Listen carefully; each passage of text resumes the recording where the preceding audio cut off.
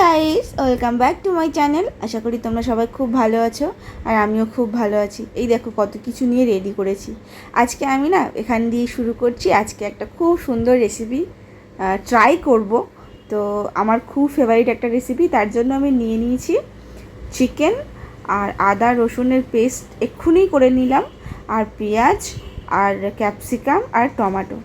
আর একটা কড়াতে আমি তেল দিয়ে দিয়েছি, তাতে অল্প একটু পেঁয়াজ, সেটা আমার ইচ্ছে হয়েছে তাই, আর একটু কাঁচা লঙ্কা দিয়েছি। আমি শুকনো লঙ্কা বা লঙ্কা গুঁড়ো খেতে পারি না, তো তাই। তারপরে দিয়েছি রসুন, দিয়ে একটু নাড়াচাড়া করছি। তো এতক্ষণ তো নাড়াচাড়া করলাম, কিন্তু কি রান্না করছি সেটা তো তোমাদেরকে বললাম না। রান্না করছি আজকে পিৎজা। ঠিক আছে, চলো ট্রাই করে দেখি কি হয় শেষ পর্যন্ত। তো তোমরা সাথে থাকো আর ভিডিওটা সম্পূর্ণ দেখতে থাকো কেমন করে আমি বানালাম। এটা আমিও কিছুটা এই রেসিপিটা আমি ইউটিউব দেখেই শিখেছি, কিন্তু তবে পুরোটা না, আমি নিজেও কিছু ইনক্লুড করেছি। তো যাই হোক, রসুন আদাটা দিইনি, রসুনটা দিয়েছিলাম, তারপরে নুন দিয়ে দিলাম আর একটু হলুদ দিয়ে দিলাম। আর এটা হচ্ছে বোনলেস চিকেনটা একটু বড় ছিল, সেগুলো আমি পিস পিস করে কেটে নিয়েছি। তো ওটা একটু নাড়িয়ে চাড়িয়ে ওর ওপরে আদাটা একটু ছড়িয়ে দিয়ে এখন আমি ঢাকা দিয়ে রেখে দিয়েছি। এবার এত কিছু করছি, কিন্তু আসল জিনিসটাই তো বের করিনি। একবার আমি পিৎজা ট্রাই করেছিলাম, যেটা সম্পূর্ণ বাড়িতে। এবারে যেমন পিৎজার যে ব্রেডটা আমি কিনে এনেছি, আমাদের বাড়ির কাছে স্পেন্সার থেকে কিনে নিয়ে এসেছি আগের দিনে, এই যে খুলেছি দেখতে পাচ্ছ। তো এটা আগের বারে বাড়িতেই আমি সবটা রেডি করেছিলাম ময়দা ফয়দা মেখে, কিন্তু সেবারে না একদম ভালো হয়নি, আর আমি মাইক্রোওভেনে করেছিলাম সেবারে। তো এবারে ভাবছি যে তখন আমি তোমাদেরকে দেখাইনি যে কেমন হবে, আর এবারে আমি ভাবছি আমি এমনি কড়াতে গ্যাসেই বানাবো, উনানে। তো ওই জন্য আমি সব কিছু, আর ব্রেডটা ওইটা আগে থেকে কিনে নিয়ে এসেছি, তোমাদের দেখলেই। আর এটা হচ্ছে মেয়োনিজটা আমি ভালো করে কেটে নিয়েছি। মেয়োনিজটা আমার দেখতে পেলে একদম একটা শক্ত মতো ছিল, তো আমার এমনি স্লাইস বা যেগুলো ঝুরি করে কাটা মেয়োনিজ সেই ছিল না, তো ওই জন্যে আমার সুবিধার্থে আমি ওই মেয়োনিজগুলো একটু ছুরি দিয়ে পিস পিস করে কেটে নিলাম। আর এদিকে যেটা হচ্ছে, কড়াতে মাংসটা দিয়েছিলাম না একটু স্টিম হওয়ার জন্য, সিদ্ধ হওয়ার জন্য, সেটাতে এখন একটু যে পেঁয়াজ আর ক্যাপসিকাম আর টমেটোটা ছিল সেটা দিয়ে দিলাম। দিয়ে একটুখানি উপর দিয়ে নুন দিয়ে দিলাম, কারণ হচ্ছে নুন আগে দিয়েছিলাম, কিন্তু তারপরে আবার নুন দিলাম কারণ এই সবজিগুলোর জন্য। আর একটুখানি জিরে মরিচ গুঁড়ো, জিরে গুঁড়ো শুধু হতে আছে।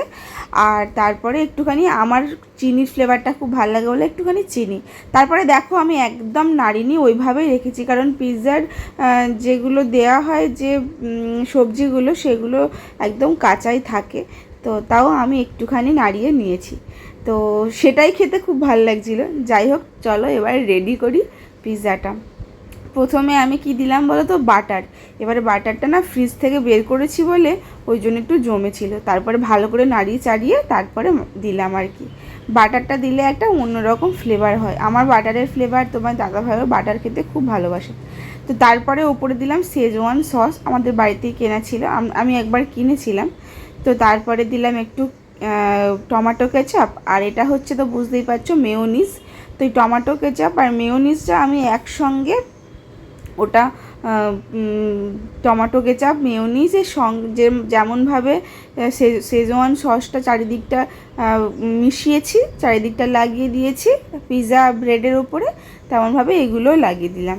তারপরে তার উপরে ওই যে ছোট ছোট আমার যে চিজগুলো কেটেছিলাম, আমি ভালো করে কাটতে পারিনি, দেখো, তো খুব ভালো করে কাটা হয়নি, তাও যতটুকু হোক মানে মোটামুটি আমার সুবিধার মতো বলেই কেটেছি, না কাটলেও হয়ে যায়। গ্রেডে যেগুলো হচ্ছে আদা ঘষা, যেগুলো ওতে ঘষে নিলে বা ভালো হয়, কিন্তু আমি ঘষলে না ঠিক আমার হয় না যেন, তো ওই জন্য আমি ওইভাবে কেটে নিয়েছি।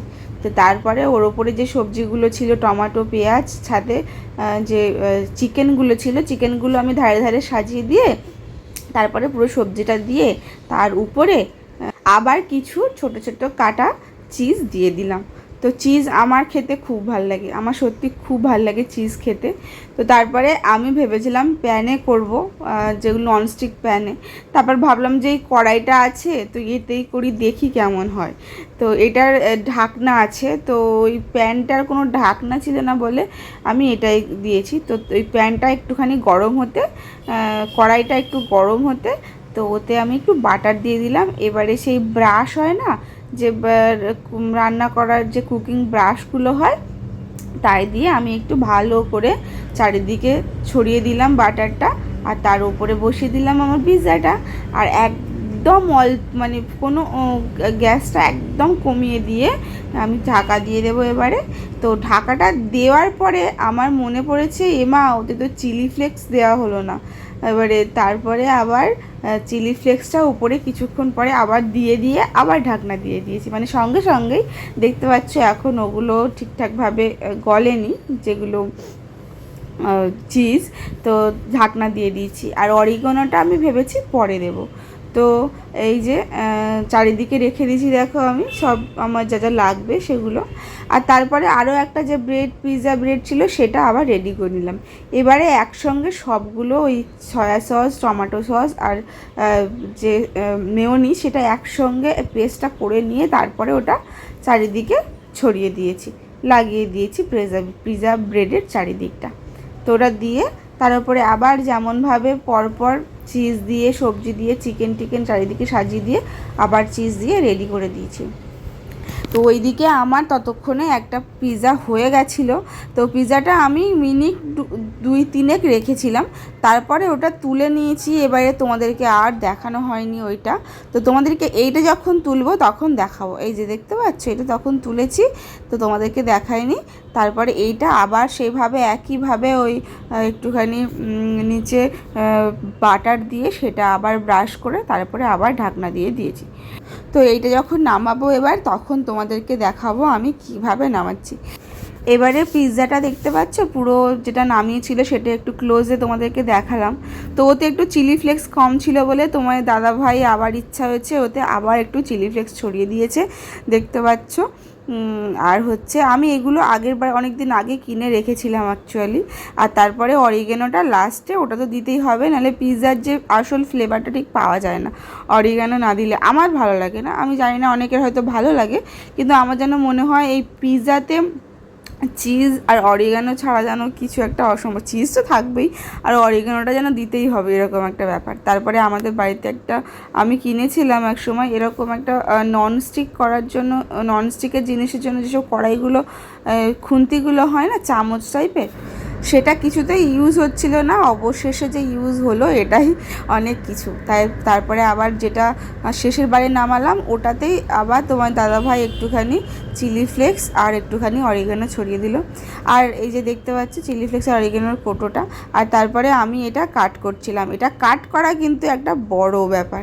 যাই হোক, দেখো রেডি হয়ে গেছে। একটা অলরেডি আমরা খেয়ে নিয়ে তারপরে ভিডিওটা করছি। খুব ভালো টেস্ট হয়েছিল, তোমরা অবশ্যই বাড়িতে ট্রাই করবে। আর এটা পারফেক্ট কুকও হয়েছিল। তো তোমরা অবশ্যই ট্রাই করো। দেখা হচ্ছে অন্য ভিডিওতে। টাটা।